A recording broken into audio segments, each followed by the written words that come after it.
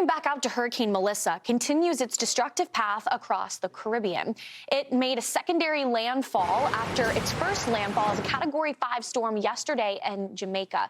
Then this morning, that second landfall in Cuba happening at 3:10 a.m. Eastern time as a Category 3. So weakening there, but still a major hurricane. After it moves past Cuba and the Bahamas, models suggest that it will continue to move northeast, passing over or near to the west of Bermuda tomorrow. We've got a hurricane watch that was issued for Bermuda last night.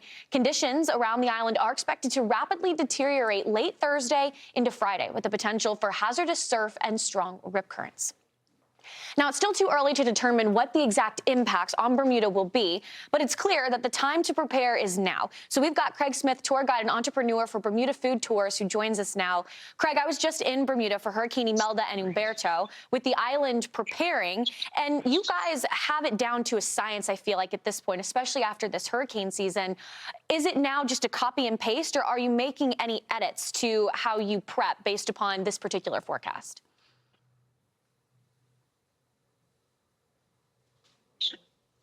Yeah, good morning, Haley, and thank you for having me. Obviously, thoughts out to the southern islands, which got impacted by the islands as well. But yeah, no, we're keeping an eye on, obviously, the current hurricane coming in. We're looking at it coming around 9 p.m. Thursday night, being about 90 miles offshore right now, but anything can change, as we know with hurricanes, as you know as well. So we're looking at preparing, as we need to. We'll certainly be battening down, closing our shutters, probably protecting any low hanging areas, and just making sure that, we've got stuff for power going out. We are pretty when winds come through, our power lines do kind of cut short our electricity. So we prepare for that, but we're not looking at it being a major hit. It has downgraded quite a bit, as you said, thankfully. And it's looking at being Cat 1 about 9 p.m. Thursday night, being the closest point to Bermuda. With Bermuda being such a hub for tourism, in the month of October, tourism starts to die down. It's not necessarily peak season for tourism, but how do storms like this influence the people that are coming into the island? Do you see a sharp decrease, or do you think that folks still, they trust Bermuda and the infrastructure, and they'll still follow through with their travel plans? Sure. Yes, we are kind of coming out of our high season, but we're still quite busy. We actually have a major rugby tournament on Saturday, where we'll be having about 6 or 7 different nations coming to the island playing rugby. The tournament's looking at starting on Saturday, with all the plans heading towards that. So, certainly in regards to activities, they're still going to happen. Bermuda, we react very quickly to the hurricanes. And normally it's about 24, 48 hours before, once a hurricane passes by us, that we're ready to go again. The planes, a lot is dictated by how the planes react, what flights are canceled or rearranged. So that kind of dictates a lot with how the visitors get to the island.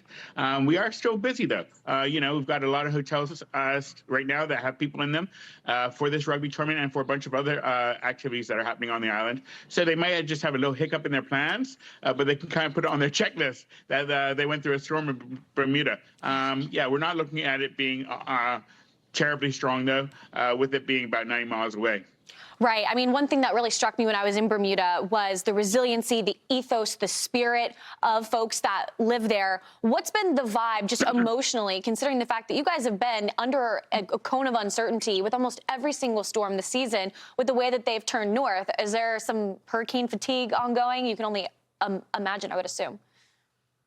Yeah, I mean, we're always ready. This is our fourth kind of threat in the last 2 months. So we just go into our emergency measures organization. So it's normally 3 days beforehand, 3 or 4, depending on the threat of the hurricane, and kind of dictate a lot as to what they expect. Obviously, keeping a high eye on things to see how it may change. But we're staying cautious right now. Cautiously optimistic that it stays its course and even veers a little bit further away. But no, I don't think fatigue's a major part of it, because we know that, no matter what, we have to prepare for it. It can be life or death, as we've seen in the Southern Islands, unfortunately. So, we want to make sure that doesn't happen here, regardless of how bad it is. Right. Well, Bermuda, I have to say, when I was there covering a hurricane, I've never felt safer doing severe weather coverage. And so that just speaks to the people and the infrastructure that you guys have. Craig Smith, thanks so much for joining us this morning. Be sure to stay safe out there. Thank you, Haley, and you as well. Thank you. Bye-bye.